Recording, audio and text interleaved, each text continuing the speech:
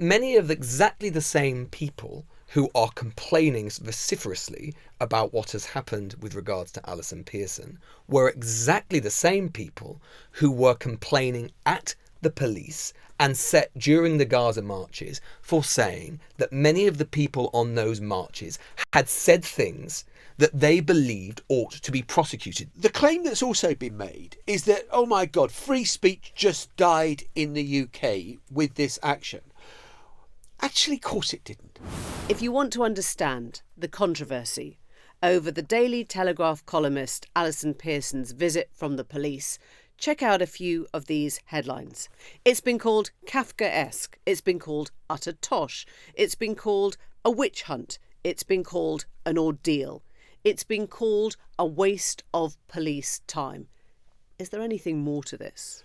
Weighing into this has been Boris Johnson in defence of Pearson, Kemi Badenoch, the opposition leader, even Elon Musk from California or Mar-a-Lago has weighed in. But it looks like the truth around this case is more complicated. And that's what we want to explore now. Welcome to the Newsagents. It's John. It's Emily. It's Lewis. And on Remembrance Sunday, Allison Pearson was visited by the police. She cried foul. The Daily Telegraph, for whom she writes, put it on the front page the next day. And since when it has been a cause célèbre for the right to get agitated, to say free speech is being curtailed and police time is being wasted, and what is happening to our woke society.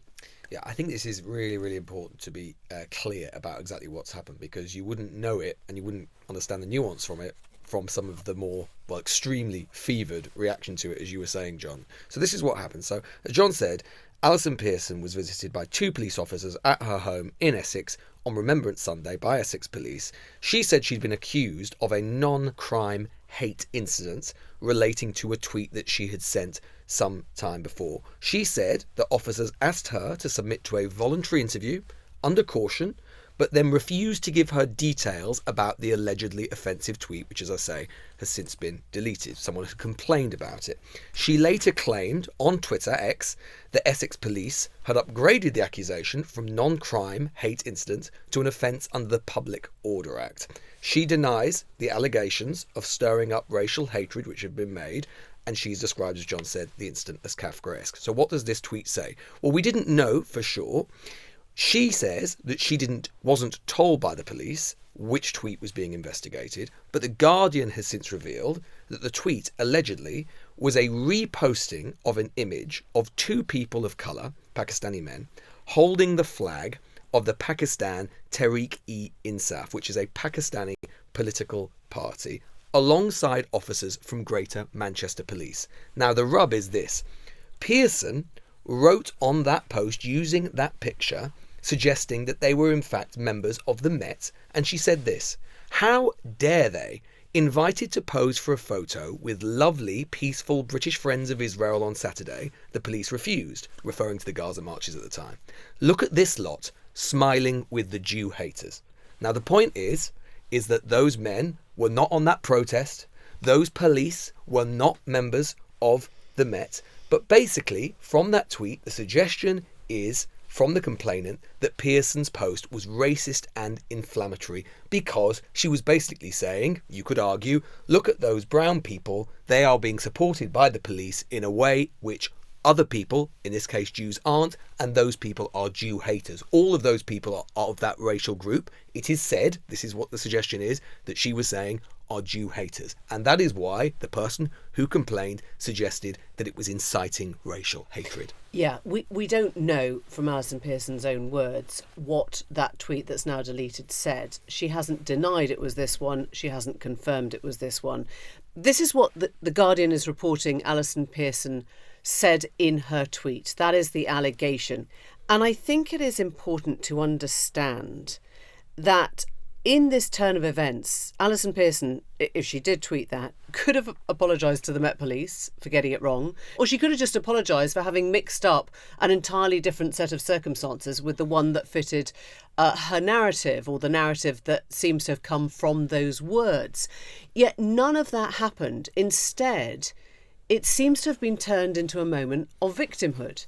And the victimhood here was not the people who've been slandered by being called Jew haters, but the woman at the centre of the investigation who turned on Essex police and, as you can see and hear, has generated now a huge number of headlines which put the Essex police actions in the crosshairs. In other words, what on earth were they doing at my home? Now, Essex police, they believed it passed the threshold for a criminal investigation, not a non-crime. So the fact that they turned up at her door was because they were following the law as it stands in this country. And I guess if you flipped it on its head, if somebody had been complaining about online harassment and had contacted the police and the police hadn't turned up, then that would have been a dereliction of duty, and there'd be a lot of people now screaming, where were the police? Where were the police? That this was online harassment. I think we have to get used to something else, which is that a tweet is not just a tweet in 2024. The richest man in the world owns Twitter. He's probably the most influential man in the world too. This is not 2009. If you say something online, it has value, it has merit. If you are libelling people, there have been libel actions. If you are defaming people, there have been defamation actions. We know that the internet is a Wild West space. But if somebody is getting online threats, or if somebody feels persecuted, or if somebody's being accused of something in that online forum, are we just saying it doesn't matter? It's absolutely irrelevant because a tweet is a tweet? That doesn't seem to me to be concurrent with everything we now know about Elon Musk and how this site works. So, for context, this is what Allison Pearson has said. The story said, I'm not a racist. I didn't post a racist tweet. My tweet didn't incite violence against any protected characteristic. My fairly innocuous tweet was deleted a year ago. Senior lawyers say my tweet doesn't come near the threshold for criminal prosecution. And on she goes with her, her argument about why it was inappropriate use of police time for this investigation to go on. The claim that's also been made is that, oh my God, free speech just died in the UK with this action. Actually, of course it didn't. Free speech is allowed, but there are limitations on free speech. And there always have been. There always have been. Malicious Communications Act, as you said, Emily, a moment ago. If I wanted to say, Emily Maitlis is an utter con woman and she should be hung up, whatever, you would sue me for libel. Rightly so. Whichever form you wrote it in. Yes, it doesn't matter where you write it. If you are the publisher, the broadcaster of that view and you cannot support it, I know people will say to me, but look at America. It's underpinned by the First Amendment, the freedom of speech. There is still malicious falsehood in the United States. Admittedly, the bar is higher to bring a libel action in the US than it is in the UK. But they also have limitations on what you say. I cannot walk into a crowded theatre and shout fire without the consequences being considered because of it. And so I think that the idea that just because that the police have chosen to uphold an investigation or kind of act on a complaint, that's what the police are meant to do, isn't it? I think that point around free speech is crucial because I think it tells us something wider about where politics is and where particularly politics on the right is with regards to this question of free speech. And so leaving aside, the question of Allison Pearson and the particulars of it, because I can understand that someone might be concerned about the prospect of, police knocking on journalists' door and asking them about what they've said and all this sort of things. It has negative connotations, so I can understand it. And I can absolutely think that there is an argument to be had about whether, and the police will obviously adjudicate on this, there's an argument to be had about whether what she allegedly said meets any threshold for criminal prosecution or an offence under the Public Order Act of 1986, i.e. stirring up racial hatred. That is a subjective judgment. That is one that's sort of set out in law. You can have that argument. You can also have the argument about whether the legislative framework as it currently exists is correct. But it is absolutely true to say that this sort of canard of free speech, which now exists on the right, has become a problem. Because what there is a sort of free speech absolutism. Every time, a point. That's what I was going to come on to. Basically, I really question, frankly, the actual commitment of many of these people, and this goes right up to and including Musk, to free speech. Very often what they mean is it's free speech when they like the thing that is being said. Yeah. So I note that many of exactly the same people who are complaining vociferously about what has happened with regards to Allison Pearson were exactly the same people who were complaining at the police and set during the Gaza marches for saying that many of the people on those marches had said things that they believed ought to be prosecuted, that they ought not to be allowed to say. Now, lads, which is it? Which is it? Because you can not only believe in free speech or free speech absolutism, as many of these people claim to do, when it is about the people that you dislike. You have to believe in free speech in every direction. And many of those exact same people were precisely the same people who were saying that things were being said and done on the streets of London that ought not to have been said. And they may well have been right. They may well have been right. But you can't have it in every direction. Yeah. I also think that there's something else going on here, which is slightly more subtle and slightly more insidious. Now, look, there is a totally legitimate argument to be had, as you say, about the legislation itself. I think loads of pretty normal people will say, I do not want to see police time used in this way. I don't want to see police, knocking on doors on a Sunday and inviting people to think. Keir Starmer has said that he wanted the police to focus on dealing with crime. That's a no-brainer. Everyone wants the police to focus on dealing with crime. I guess it depends where you think their limitation is in terms of what they should investigate and what they shouldn't. But I think what is emerging here is what I'm going to call, for the sake of argument, the seedlings of a new wedge issue. And the fact that Elon Musk is jumping all over it suggests this is not fundamentally about Allison Pearson. It is not fundamentally about one tweet. It is about creating a narrative, which is that this country doesn't have a police force that you can believe and doesn't adhere to something that feels like the liberties that we used to have. And this will then be repeated. This will become a very ingrained narrative about A, the police force, B, the way that Britain is perceived as being a place that, is a police state and that tries to curtail free speech. And I think this then becomes the narrative. It's a police state, or Boris Johnson's word, redolent of some of the worst actions of the Soviet Union. 1.7 million people in the Gulag probably have something to say about that, by the way. There is such a thing as Godwin's law, isn't it, where you can't get very far in an argument without mentioning Hitler.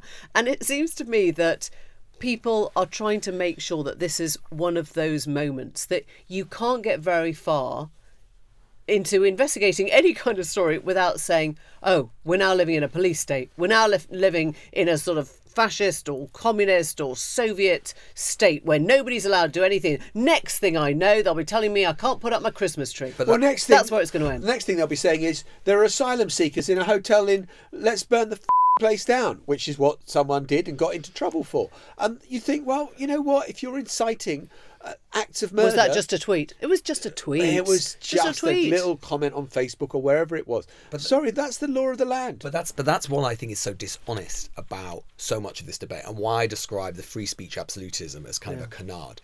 Because basically, the truth is, all these people can scream free speech as much as they like. I think you're right, Emily. I think there's a political reason for that. And the political reason is that many of these people are seeking to, and we've seen it with Pearson, in my view, many of these people are seeking to create a persecution complex. It is a central part of the kind of political thinking of the modern radical right, which has become basically the mainstream right, a culture of grievance. They're all out to get us. And that is why you end up in this very odd position, peculiar position, where the police, which used to be in many ways synonymous with the right, and the right would have always, in the days of Margaret Thatcher and others, always considered themselves to be absolute guarantors of, custodians of, protectors of the police. You find the police increasingly at odds with the radical right in the US and the UK and elsewhere. And I think your point, John, is right, which is to say that what is so intellectually dishonest about this debate is that so many of these people, of course, as soon as you accept, you could be an absolutist in the sense, if you're someone who says there should be no restriction on freedom of speech, full stop, incitement to violence, defamation, doesn't matter what it is, no restrictions whatsoever, because I think free speech is that important. But most people don't think that. Even most of these people don't think that, as we saw with the Gaza protest. So as soon as you accept that there are parameters then in which case, and there are legislative parameters, then Do of they course it apply all the becomes way someone's job to enforce them, Yeah. and it becomes a subjective matter of debate about where they should be enforced. And you can't just go, free speech, they're out to get us, without reckoning with that fundamental intellectual fact. You spoke to Roger Hurst, who is the Police and Crimes Commissioner for Essex, on the show on LBC yesterday. He's had a pile-on since that appearance yesterday, and he's actually responded now in a statement and said, don't blame Essex Police for upholding the law, even if the alleged perpetrator is a powerful journalist. In the news recently, there's been much debate about the impact of Essex Police investigation. Without free speech, our democracy is in peril, but the same goes for the rule of law. Core to my role as the Police, Fire and Crime Commissioner for Essex is ensuring that the police exercise their powers effectively and without fear or favour. And I think... Is he a woke hard lefty? I think he might be conservative. No. But my point is, I guess it goes back to this whole question of institutions.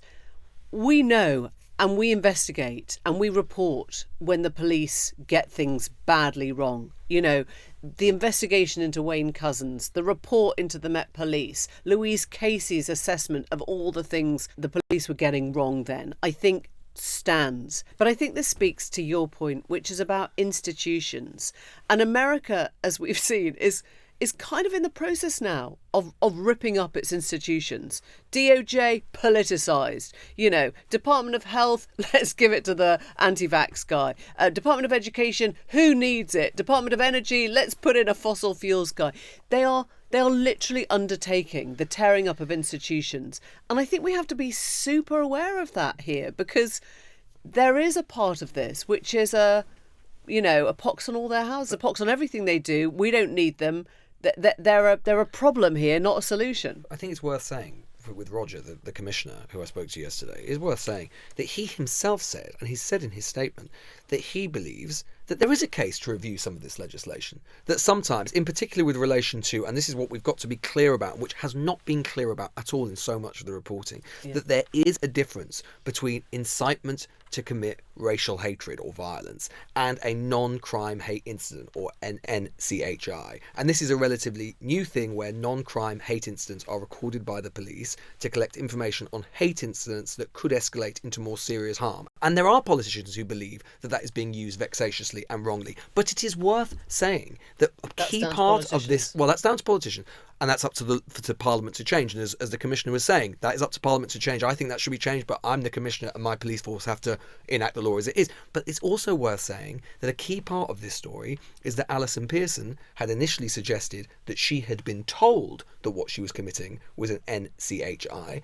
and Essex Police have since taken the very unusual step of actually releasing body cam worn footage to show that their officer actually were very clear from the beginning. What the suggestion is that this would be incitement to commit racial hatred. So this is misreporting to the point where the police, Essex Police, are now referring this misreporting by the person who was at the centre of it to the Independent Press Standards Organisation. Exactly. There has been They're profound saying this was misreporting. profound misreporting on this whole story. Can we just add as a footprint, can we just add as a postscript to all of this? Footnote. As a footprint. Footprint. I like a footprint. Yeah. Can we add a footnote to this, that we contacted Allison Pearson to see if she'd like to comment. She came back to us and said, no, and if you get any aspect of the story wrong, my lawyers will be watching. Let me just arch an eyebrow slightly to say that the champion of free speech in all of this is sort of threatening us with lawyers if we get any of this wrong. But so hello to Alison Pearson's lawyers, and we hope you'll stay for the Ukraine section, which is coming up next. Yes. See you in a minute.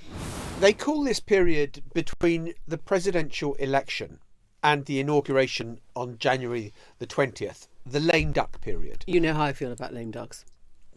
They should be shot or what? No, there's a lot of quacking. There's a lot of quacking going on.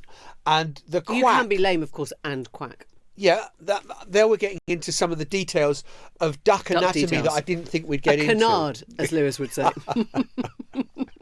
Boom, boom. For the French speakers here today with us. I think that what has happened in America is that Joe Biden has shown that he is going to make some pretty big decisions, and what comes punchier than announcing over the weekend, as he has, that Volodymyr Zelenskyy and the Ukrainian armed forces are free to use long-range missiles to be fired from their territory into Russia, which was seen to be an escalation that had to be resisted and has been resisted for months, despite Zelensky's continued protestations that that's exactly what he needs to do if he is to redress the balance with Russian forces. And I think it's worth putting this into a little bit of context. I was speaking to one expert who said, look, they're not actually long range. They're 200 miles. So you don't reach Moscow. You're not going to pound Moscow with this equipment. But it is meant to be important signalling that Putin doesn't have a free hand before January. And so I was kind of thinking, well, is this about Biden's legacy? Is it about trying to set something in motion that cannot be stopped? And this person said, actually, it's not about legacy. They think Biden is cooked, actually, that, he's kind of done. But it's about holding a Russian surge. So it's a way of sort of, I guess, screaming into the void that whatever you want to do now to help Zelensky, to help Ukraine, if you can keep it off until whatever is going to be the change of policy, you have a duty to do that. And of course, from Zelensky's point of view, he's pulling his hair out. Why didn't you understand this a year ago? Why didn't you understand this 6 months ago? Why does it always take the very last minute and your own sudden panic of what's incoming to make you act? It would never have been cheaper to have fought this war, to have fought Putin's aggression than the last 3 years. It's only ever going to get more costly now. And, you have to have a thought for this man whose very first line was, I don't want a taxi. I don't want to ride, I want ammunition. I'm not trying to get out, I'm trying to fight this war and get it done. That's all he's ever said for 3 years. Now here it all is, like 3 years, kind of too late. Yes, and when it's probably all about to stop when Donald Trump takes over. I mean, the timing of this is fascinating to me because Biden knew that there was going to be a change of administration. I mean, maybe he thought that Kamala Harris would win and it would carry on. But if you thought it was going to carry on with Kamala Harris, well, why didn't you announce it earlier that they could use these long-term in which missiles? Case, bed in quickly. Or is it that he has had a discussion with Donald Trump when Donald Trump paid a visit last week to the White House and Joe says to Don, by the way, I'm going to say to Volodymyr, I can't believe that. I can't see that. Of all the things they talked about. Yeah, that seems highly unlikely. Yeah. And Donald Trump Jr.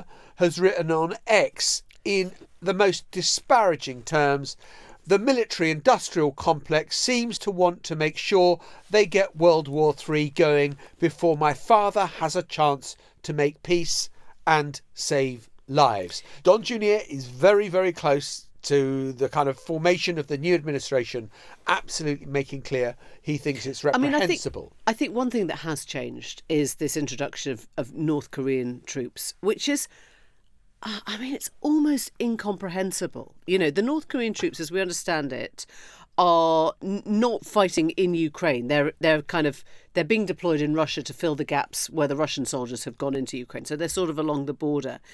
The North Koreans don't speak Ukrainian or Russian, right? They're going to be quite, at odds with most of the Russian public on the Russian population. But this is it's a head. Something or other. Because you cannot get your head round a European war being fought with North Korean soldiers, and maybe. Well, but maybe then they would say that what were Americans doing fighting a Korean war? Yeah, or a Vietnamese war.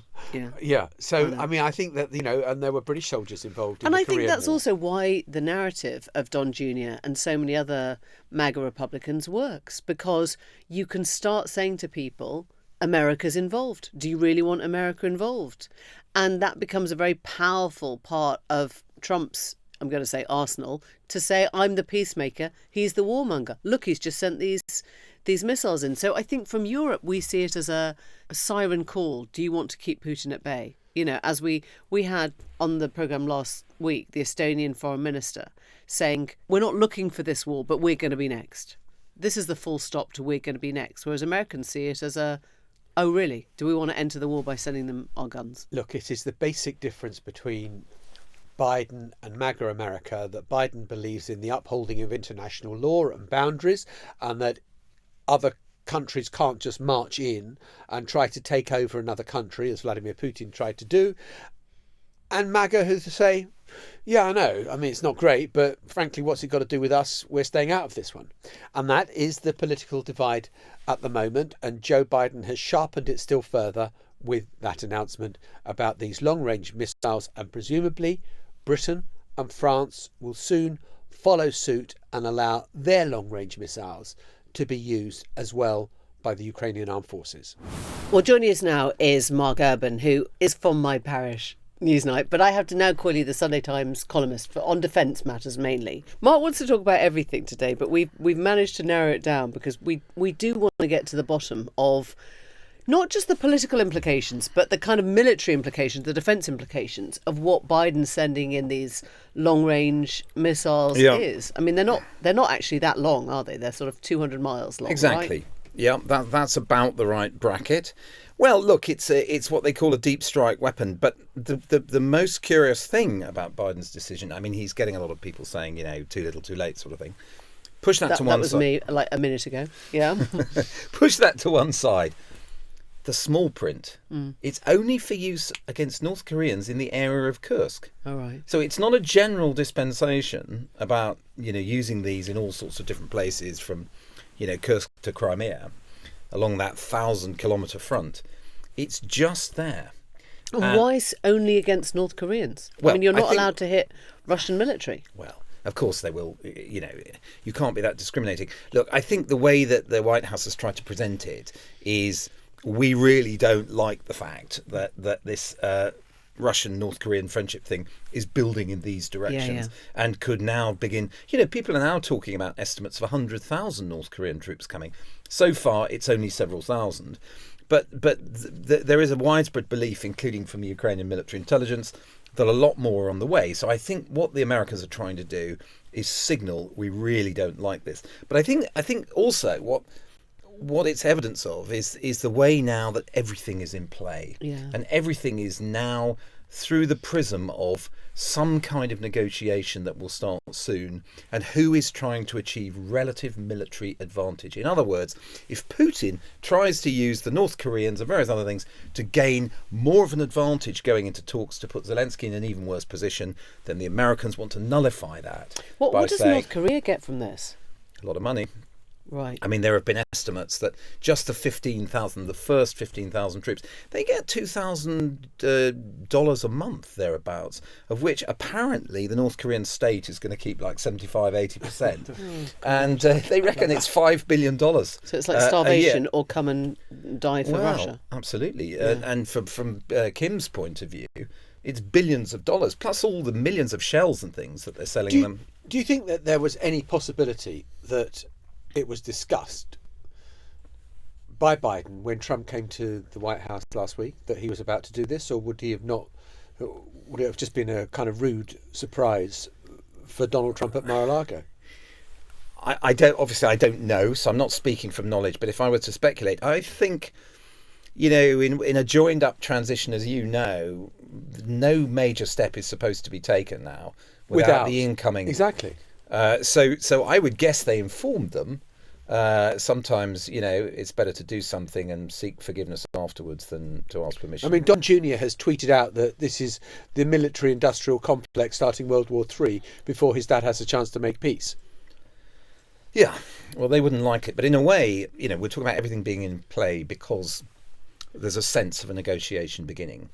So, in a way, Trump knows that he can't just give to Putin. I mean, if he prides himself on the art of the deal, looking like you're desperate is never going to secure you a good deal. So in that one sense, Biden may have done him a solid.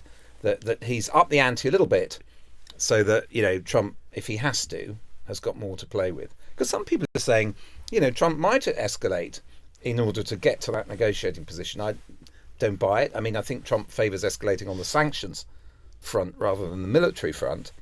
But everything is now through this prism. Talk us through the idea of the weaponry, and you've put the caveat on it. once the guns are in Ukrainian hands, presumably you can't stop them from using them, right? That goes on whether Trump's in power or not. Well, so these missiles, they're called ATACMS. They're fired from a launcher, a tracked launcher. I should say some of them are wheeled, some of them are tracked. Oh, schoolboy error. Gosh, Exactly. that's embarrassing. But it's the same launcher that they've been using for the past year plus for this other thing called HIMARS. Yeah. Now, HIMARS, there was also one of these big virility test moments about would the Americans give it to the Ukrainians. Well over a year and a half, in fact. And what we understand about HIMARS is that the Americans provide the targeting data. So from their, satellite and, targeting cells of their military, they literally give the Ukrainians here's half a dozen things you could hit in this sector if you wanted to. So presumably the same will happen with this new missile, the longer range one, the ATACMS. The Americans will simply tell them what it's fine to hit and give them the necessary data to input. So they need the data. Yes, to aim the missiles accurately, yes. And Mark, the same problem with Storm Shadow. Yes, well, that's exactly my question. Does it mean that Britain and France now follow suit and say you can use our long-range missiles as well? Well, that's the big question for Keir Starmer at G20 in Brazil now, and the other European leaders. The French obviously have a very similar missile, which they've also given to the Ukrainians before, the Scalp. He has to say yes, doesn't he? Well, I don't know, because I think the way that the use of the American missile is caveated to be just in the Kursk area, I really don't know. I mean, it'll be fascinating to see if Biden just gives the UK and France the nod and says, yes, you're fine to authorise those for deep strikes, because they do go quite a bit deeper than the ATACMS. Ours. Yes. And where does this leave Germany? Because Germany had Scholz had an unexpected conversation last week with Putin. Nothing like your government collapsing to make you suddenly ring Putin, is there? I know, quite extraordinary. And I mean, the expressions of despair, Zelenskyy saying this is exactly what Putin's been waiting for 2 years to happen, a split in the Western front of unity on Ukraine. I mean, excoriating Scholz, really. Would you say cowardly? Just frankly cowardly? I wouldn't, because, he's a man staring at a very difficult electoral landscape, isn't he?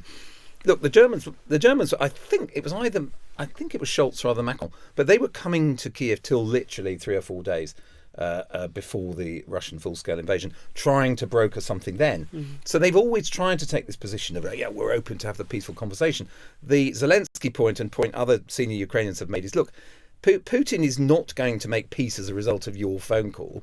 He's simply going to use that to work away at the fissures within NATO. Now, tomorrow there's a meeting in Poland of this thing called the Weimar format, which is the foreign ministers of Poland, Germany and France, which I suspect the Poles will be saying what the actual to the Germans, what were you thinking? Yeah. Because they're such staunch allies. It's Radek Sikorski, who's such a staunch ally. And they're a border nation. Yes. And as observers at that meeting tomorrow, they've got the Ukrainian foreign minister coming and a couple of others. So I think this is the kind of format where we're going to start to see the really difficult private conversations about what is Ukraine's position going to be going into a process of negotiation, and how do you keep the likes of Germany signed up to it? Now, of course, Germany may have a different government from February, but for the time being, for the next few months, they don't want Scholz going off piste again.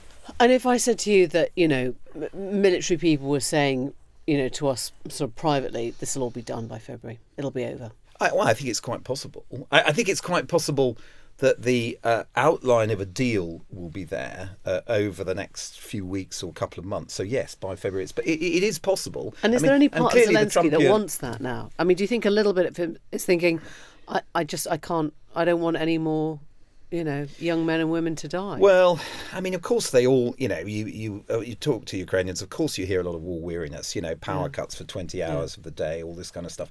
The number of people who have been lost at the front, the difficulty getting new soldiers to join up. There are a lot of problems in Ukraine now, but I don't think Zelenskyy can accept something that looks like a sort of wholesale giveaway of the territories in the east and the giveaway of the right to join the EU or NATO. NATO, they're not, I think we can say, Trump has been absolutely clear about that, and so have the Germans. There will be no NATO membership. So I think the question now for Zelenskyy is less about trying to get, the East, let alone Crimea, back, more about trying to get major commitments to Ukrainian security. What would happen if there was another Russian invasion, but also, massive amounts of weaponry, massive amounts of defence industry being set up in Ukraine so they can make their own before any deal is done. Mark Urban, thank you. Before we go, Malcolm Gladwell, social philosopher, famously talked about the tipping point, the point at which you suddenly realised that the floodgates were open, it had all come, and life was going to be different from now on. Yeah. This morning, John Sopel, drum roll, orchestral manoeuvre, John Sopel joined Blue Sky. And the world feels a different place, you've got to admit. You haven't even posted yet. I have posted. I said it's like a new day at school. Okay. I'm here. I've joined up. Have you wet your pants yet? But someone nicked my lunchbox. Exactly. So this is just to let all of you know, because there was deep vested interest, not in either Lewis or I being on Blue Sky, but on John Sopel. No. His views being on Blue Sky. And he's here now. He's with us. We're all in the sky. We're all big one happy Blue Sky family, as well as sort of with our grudging relationship. Get those York Minster spires photographed and posted. Get on with you now. We'll see you tomorrow. Bye-bye. Bye. The Newsagents. This is a Global Player original podcast.